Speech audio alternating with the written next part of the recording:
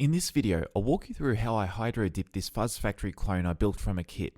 You can use this same method whether you want to dip a guitar pedal, a guitar body, or anything else.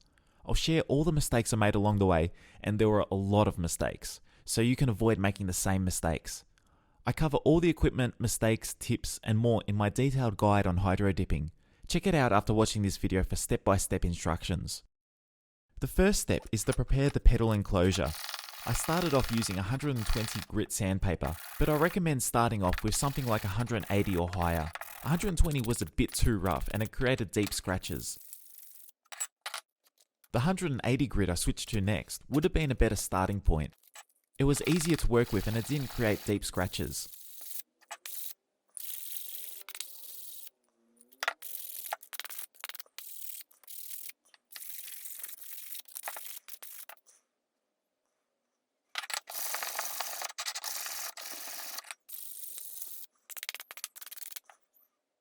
I didn't go any higher than 360 grit as you can see here, but you can go higher if you want a nice and smooth surface. It might not look perfectly smooth here, but you'll see after the next step that it doesn't need to be.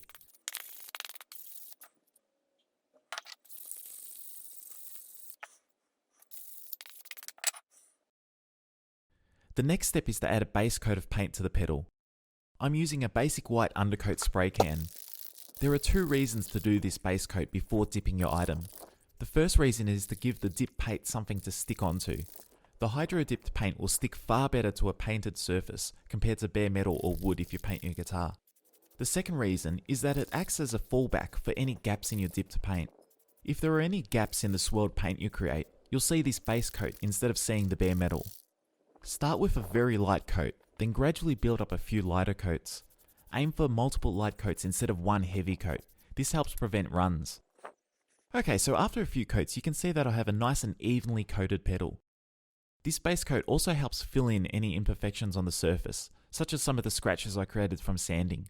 I let the enclosure dry overnight before getting it ready to dip. You can see how well the base coat smoothed out the surface of the pedal, so I wasn't really concerned about the scratches from the rough sandpaper.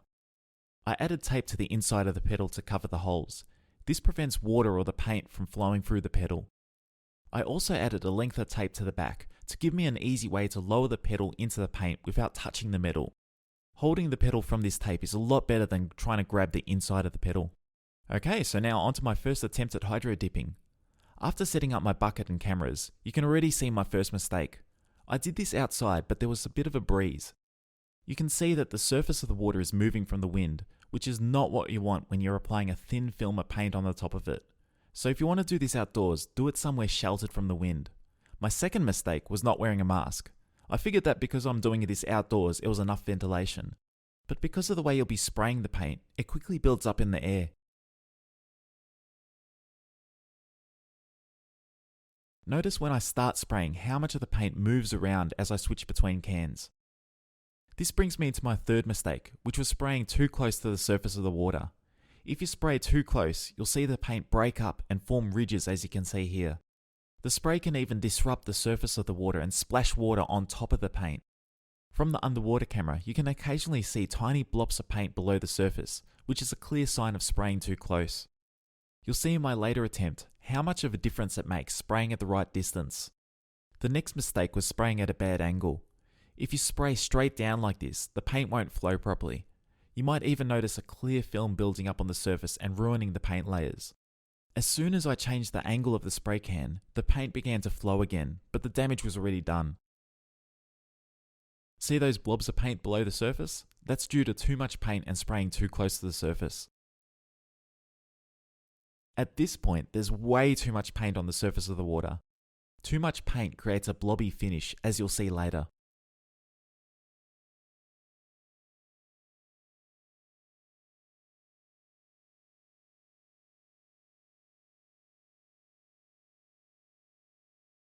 Okay, so now it's time to lower the pedal into the paint. You want to pick out an area where you like the pattern and avoid large single color areas. You can see how easily the paint sticks to the surface of the pedal from the underwater camera angle. Okay, so you've probably already guessed what my next mistake was. At this point, I realized I forgot to put on my gloves. I have a checklist in my guide I suggest you go through before you start spraying because it's really easy to forget something like this until it's too late. I spent the next half an hour scrubbing paint off my fingers, so I definitely recommend using gloves. Alright, so have a guess what my next mistake was. I thought I was being pretty smart by dipping both halves of the petal enclosure at once, but it wasn't. I thought it would be an easy way to get similar patterns on both sides, but it just made things really awkward. You really need a spare hand to clear the surface of the water after you dip your item, so learn from my mistake and only dip one item at a time. Luckily, I was able to grab the tape handles on both parts to free up one hand and clear the water. The end result was blobby due to there being way too much paint on the water. But I did like the rough texture and the pattern, so I did consider keeping it. I recommend using a paper towel to clear the surface of the water because the paint creates a weird clear film which is hard to remove by hand. So this wasn't great for the first attempt, but at least you can learn from my mistakes. I let it dry overnight before deciding to scrap it and start again. If you do mess up a dip, wipe your item down while the paint is still wet. It'll save you the hassle of sanding dry paint off like I had to. Once I sanded the petal down and reapplied the base coat, I was ready for my second attempt. This time I thought I'd try it indoors to avoid the wind. If you do this indoors, set up a fan to move air around. Otherwise the paint fumes will quickly build up. On this attempt I used lukewarm water in the bucket based on recommendations I'd seen in other videos. As I explained in my guide, I didn't really notice any difference when using different temperature water. Normal tap water seemed to work perfectly fine.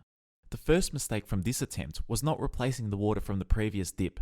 I had just dipped the back of the petal enclosure, and instead of replacing the water I just wiped the surface down. You'll see why you need to replace the water every time after this dip. Again, I'm spraying too close to the water because I didn't figure out at this point that it was a mistake. You can already see how the film on the water is wrecking the new paint. Notice the ripples and the gaps in the paint rings. It creates an interesting effect, but not what I was after. I had seen in some videos that lightly tapping the side of the container is one way you can move the paint around. My mistake was agitating the water too much. If you agitate the water too much, the water can splash over the top of the paint as it did here. But when done properly, you can create some really nice effects. Again, too much paint is already on the surface, so you can probably guess what's going to happen.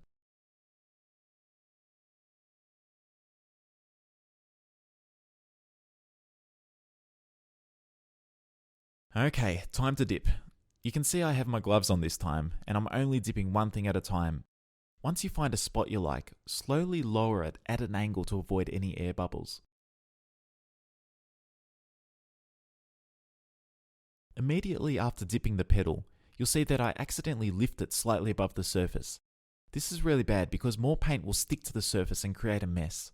You can see how the paper towel makes it much easier to clear the surface.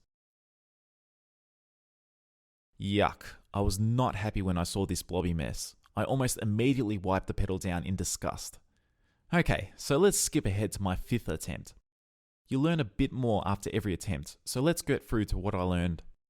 As you can see, I'm back outside, but this time it's a still day. This time you can also see how much further back I'm spraying the paint. Notice how the paint lightly coats the surface of the water compared to before. This is what you're aiming for. It should already be clear how much better this is from the previous attempts. The paint is forming a nice and smooth film on the water. I tap the side of the bucket again to agitate the water, but this time gently. You can see how the paint starts to swirl in a natural way. Notice that I haven't used much paint compared to the other times. There's already plenty of paint here.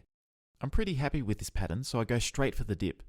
This time I use the yellow base coat, because I realized if there were any gaps in the paint, I don't want white to show up underneath.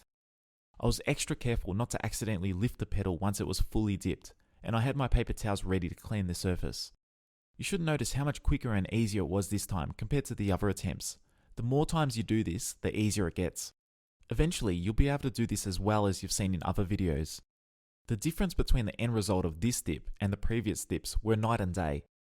It might still look a bit blobby, but most of that was water drops on the surface. I used very little paint this time and it was more than enough. After I let this dry for a day, I gave it a few clear coats to protect the surface. I let it dry for a few more days before handling it and putting the petals together. So here's the end result. It's not completely smooth and there are little bubbles you can see in the green sections. I'm sure if I did this again I could improve it, but I'm pretty happy with the pattern. In the full guide on my website, I go into a lot of detail on each step and the lessons I learned. I recommend reading the guide in full before you try to hydro dip anything. Hydro dipping might be messy at first, but once you get the hang of it, it's a lot of fun and you'll be looking for things to hydro dip. This pedal enclosure was for a Fuzz Factory clone I built, and I show the entire build process of this pedal in another video.